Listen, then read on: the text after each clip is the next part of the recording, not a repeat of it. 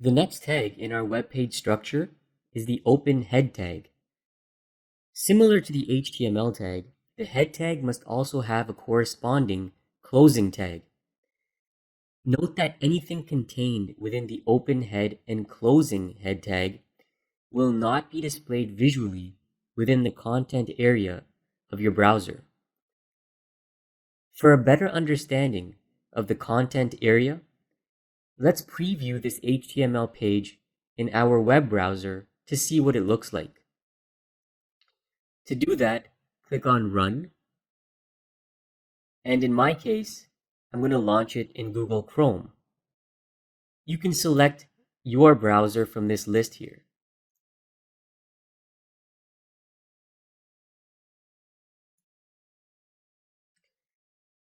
Here we can see what this HTML page will look like in our web browser. The content area is defined as this region of the browser window.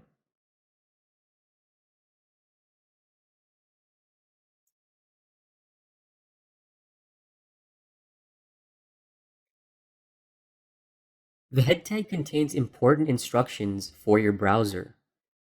First, it identifies the title of the page. For this reason, the open title and closing title tags must be contained within the head tags. The actual title of the page should be contained within the title tags.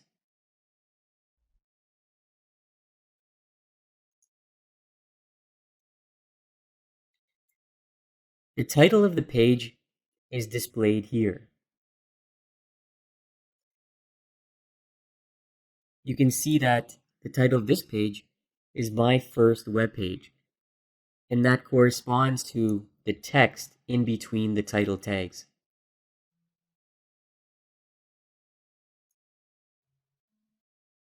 The next set of tags contained in our head tags is the meta tags.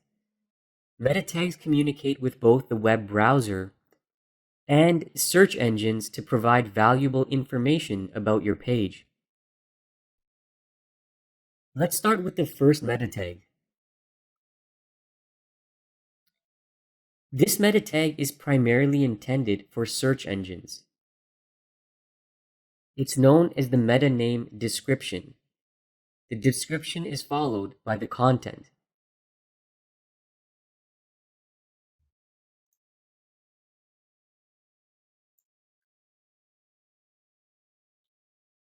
It's the snippet of information below the link of a search result. The meta description describes the contents of the page to the searcher.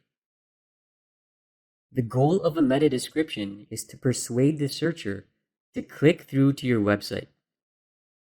If a meta description is not provided, the search engine will automatically generate one based on the content of your page.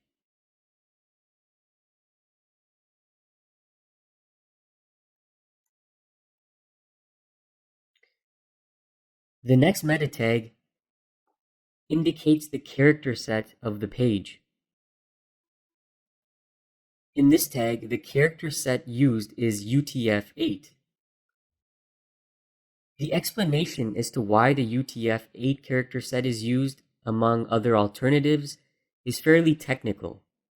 To keep things less confusing, we've included some links for further reading on character sets. Next, we have the viewport meta tag. This is an important tag to include. Keep in mind that most users will not only view your web page through a computer screen, but also through a wide range of mobile devices. The viewport defines the user's visible area of a web page. The viewport varies depending on the device and will be smaller on a mobile phone than on a computer screen. The viewport meta tag gives the browser instructions on how to control the page's dimensions and scaling.